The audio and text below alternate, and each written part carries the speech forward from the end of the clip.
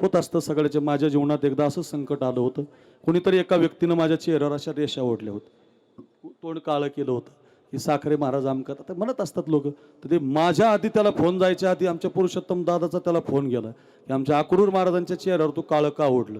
म्हणजे ते मगाशी सांगून गेले की दुसऱ्याच्या, हे बघा एखाद ते म्हटले मला गोड बोलता येत नाही, सगळं बोलता येतं त्यांना, सगळं करता येतं, ते हुशार आहेत, विद्वान आहेत, अभ्यास आहे, एकही त्या चरणाच्या बाहेर ते बोललेले नाही, विद्वान आहेत. त्यांच्या चाली, आता हजारो लोक त्यांच्या चाली, मग आता ते काकड्याच्या चाली गाता गाता किती चाली म्हटले, अशा चाली आवडणारा महात्मा आहे आणि खूप गोड आहे. सगळ्यात महत्त्वाचं म्हणजे आपल्या सगळ्यांना त्यांचं एकच स्तुत्य असलं पाहिजे त्यांच्याबद्दल की चोखोबारायांचं मंदिर महाराष्ट्रात फक्त पुरुषोत्तम पाटलांनी बांधलं. महाराज कोण करू शकतं महाराज.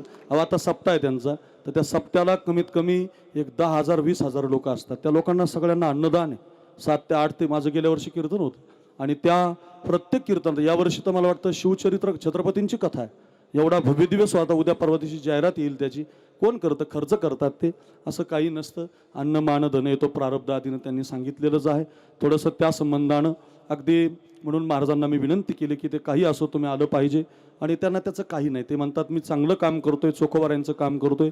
आणि मी नक्की सांगतो पुरुषोत्तम दादा, शेवटच्या श्वासापर्यंत चोखोबाराय तुम्हाला कधीच कोणतं संकट येऊ देणार नाही. ते चोखोबारायच तुमचं संकट पार करतील अशी प्रार्थना आपण करूया.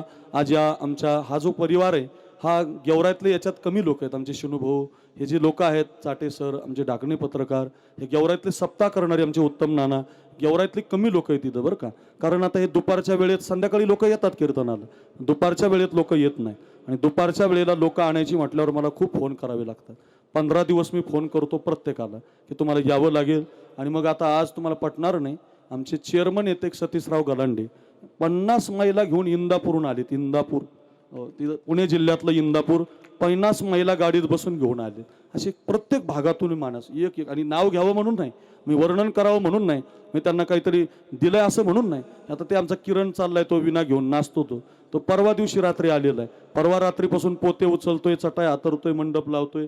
अशी सगळी मंडळी या ठिकाणी, मला वाटतं गावचे सरपंच त्या आशाताई गलांडे यांनी 50 महिला इंदापूरहून इथं पुरुषोत्तम दादांच्या कीर्तनाला आमच्या वडिलांना भावपूर्ण आदरांजली व्हायला समर्पित करण्यासाठी आणलेले आहे. इथं एक एकावन्न बळीरे, श्रीगोंदा तालुका आहे, खाली नगर जिल्हा आहे, पारनेर तालुका आहे. आमचा स्वप्नील महाराज पारनेरहून, सोन्याच्या कपात लोकांना चहा पाचतो पण तो सुद्धा उपस्थित आहे. अशी सोन्याहून पिवळी असणारी माणसं की जी एक एक माणूस इथं सगळा खर्च करू शकतो, 8 दिवसाचा सप्ताह करू शकतो. अशी सगळी मंडळी या ठिकाणी येतात, प्रेमानं येतात, 2 तास चटया उचलतात, वाढतात, जेवण करतात. याचं एकमेव कारण आहे की आपण सगळे आमच्यावरती प्रेम करता. हे माझ्या गोड बोलण्यामुळं नाही, तर माझ्या वडिलांनी, माझ्या आईनं दिलेले संस्कार आहेत, ते आमच्या आजोबाचे संस्कारच नम्रतेचे आहेत. मी कोणाच्याही पाया पडतो, सगळ्यांच्या पाया पडतो. एक जण मला म्हटलं, महाराज तुम्ही कोणाच्या पाया पडता. पडू दे, कोणाच्याही पाया पडलं तर काय होणार आहे. पाया पडल्यानं आयुष्य वाढून मिळतं म्हणतात, वाणी गोड होते. सगळ्यांच्या पाया पडतो आणि पाया पडल्यामुळं नम्र झाला भूता तेने कोंडिले अनंता, थोरपणा पराची सांडीजे, व्युत्पत्ती आगवी विसरीजे, जगा धाकुटे होईजे. इथं लाल रे गोडा, जगा धाकुटे होईजे तै जवळी माझी. माऊली म्हणतात तुम्ही जगाला नम्र व्हा, देव तुमच्या घरी येईल. तसंच आहे म्हणून आपण नम्रतेनं ही माणसं जोडलेली आहेत. ही सगळी एक एकावन्न बळीरे आहेत. कोणी बोलणारी आहेत, कोणी गाणारी आहेत, कोणी वाजवणारी आहेत. सप्ते चालू आहेत सध्या, गुढीपाडव्याच्या दिवसापासून कथा चालू आहेत, रामायणं चालू आहेत, महाराष्ट्रभर दिव्य सोहळे चालू आहेत. हे सगळे कार्यक्रम सोडून ही मंडळी येतात.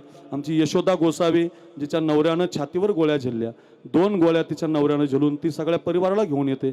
आमच्या नानी या पुणे जिल्ह्याच्या त्या नगरसेविका आहेत. आमचे संदीप शेठ असतील, नितीन शेठ असतील, सोनवणे मामा असतील.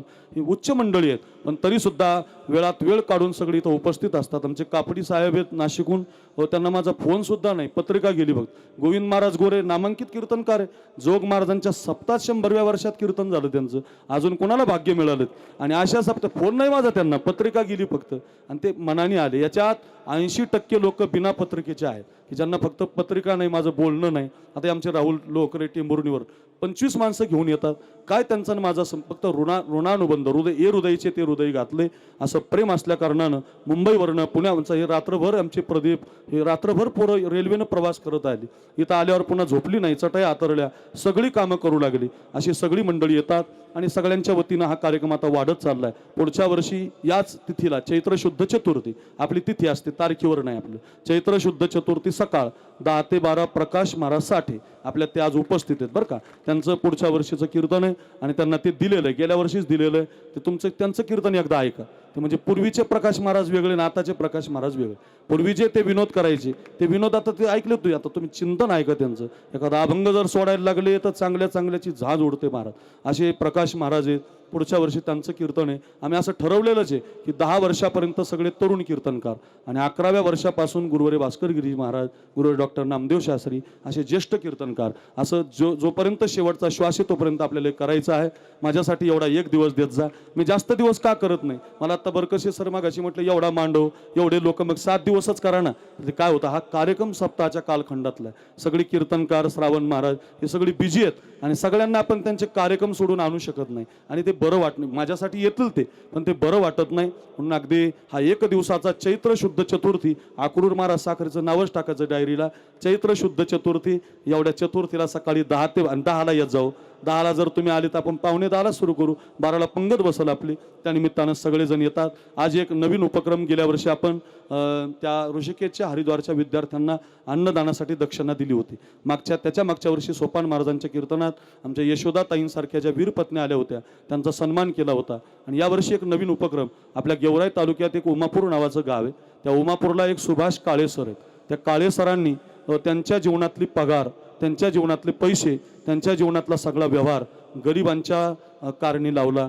ज्याला धान्य नाही, ज्याच्या घरी जेवण भेटत नाही, ज्याला कपडे नाही, अशाला जाऊन ते त्यांची पगार खर्च करतात, गरिबाला देतात. मग आता आम्ही कीर्तनकार्यात आम्ही पैसे घेतो असा लोकांचा आरोप आहे. पण पैसे घेऊन चोखोबाऱ्यांचं मंदिर बांधतो, असं पंक्ती घालतो, असेच याच्यातले सगळेजण करतात. प्रकाश महाराज 7 दिवसाचा सप्ताह करतात. एक एकावणी सगळ्यांचं आहे. असं कोणी काही पैसे घेऊन स्वतःसाठी खर्चत नसतं. समाजासाठीच ते दिले जात असतात आणि दिले पाहिजे. आपण त्या मताचे आहोत. म्हणून अगदी त्या सुभाष काळे सरांसाठी 1 मिनिटं घेतो फक्त. तुमच्या डोळ्याला अश्रू येतील बघा.